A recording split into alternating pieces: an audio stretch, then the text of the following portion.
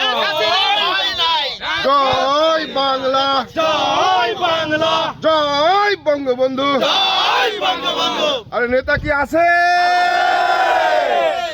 আরে কোন সে নেতা? কোন সে নেতা? ফারুক ভাই, ফারুক ভাই, ফারুক ভাই, ফারুক ভাই। কি ব্যাপার? ওকে, দাঁড়া, লাইভ হবে। কি চলে যাচ্ছে আবার? লোকজন বেশি। নেত্রী শেখ হাসিনা নির্দেশে আমরা যারা বিদ্রোহী নির্বাচন করেছিলাম তাদেরকে সাময়িক বহিষ্কার করা হয়। পরবর্তী জননেত্রী প্রধানমন্ত্রীর নির্দেশে আবার আমাদের বহিষ্কার আদেশ প্রত্যাহার করা হয়েছে।